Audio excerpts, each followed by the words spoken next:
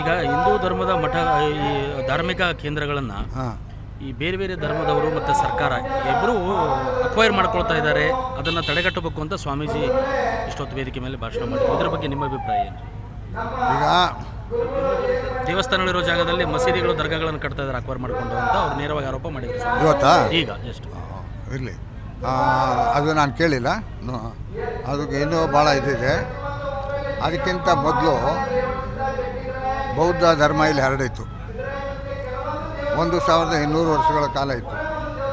ಬುದ್ಧ ಈ ಮಣ್ಣಿನ ಮಗ, ಒಬ್ಬ ರೈತನ ಮಗ ಬುದ್ಧ.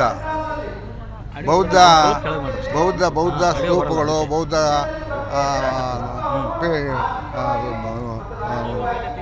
ಟೆಂಪಲ್ಸ್ ಎಲ್ಲ ಇದ್ದು ಅವುಗಳನ್ನೆಲ್ಲ ಹೊಡೆದಾಕಿದ್ದಾರೆ. ಯಾರು ಹೊಡೆದಾಕಿದ್ರು? ಅಂದ ಪತ್ತೆ ಹಚ್ಚಿ ಯಾರು ಹೊಡೆದಾಕಿದ್ರು. ಆದ್ದರಿಂದ ಅವನ್ನ ಮೂಲ ವ್ಯಕ್ತಿಗಳಿಗೆ ವಾಪಸ್ ಕೊಡಿ. ಆಮೇಲೆ ಇದು ಯಾವುದು ಮುಸ್ಲಿಮರು ಇವ್ರು ಮಾಡಿದರೆ ಅದಾದಮೇಲೆ ಅದನ್ನ ತಗೊಳ್ಳೋದು. ಮತ್ತು ಅದು ಕೊಡ್ತೀವಿ.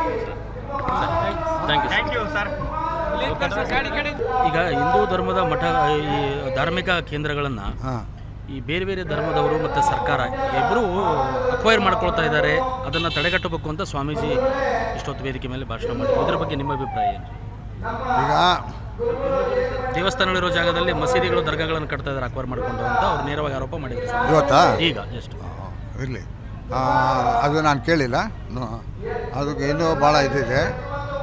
ಅದಕ್ಕಿಂತ ಮೊದಲು ಬೌದ್ಧ ಧರ್ಮ ಇಲ್ಲಿ ಹರಡಿತ್ತು. 1200 ವರ್ಷಗಳ ಕಾಲ ಇತ್ತು. ಬುದ್ಧ ಈ ಮಣ್ಣಿನ ಮಗ, ಒಬ್ಬ ರೈತನ ಮಗ ಬುದ್ಧ. ಬೌದ್ಧ ಸ್ತೂಪಗಳು, ಬೌದ್ಧ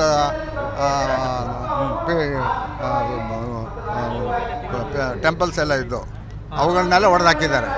ಯಾರು ಹೊಡೆದಾಕಿದ್ರು? ಅಂದ ಪತ್ತೆ ಹಚ್ಚಿ ಯಾರು ಹೊಡೆದಾಕಿದ್ರು. ಆದ್ದರಿಂದ ಅವನ್ನ ಮೂಲ ವ್ಯಕ್ತಿಗಳಿಗೆ ವಾಪಸ್ ಕೊಡಿ.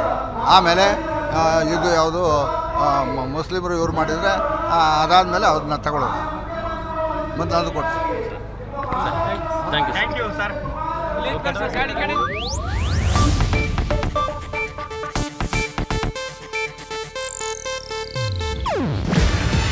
ಇದು ಏಷ್ಯಾನೆಟ್ ನ್ಯೂಸ್ ನೆಟ್ವರ್ಕ್ ಪ್ರಸ್ತುತಿ. ನೀವು ನೋಡ್ತಿದ್ದೀರಾ ಏಷ್ಯಾನೆಟ್ ಸುವರ್ಣ ನ್ಯೂಸ್.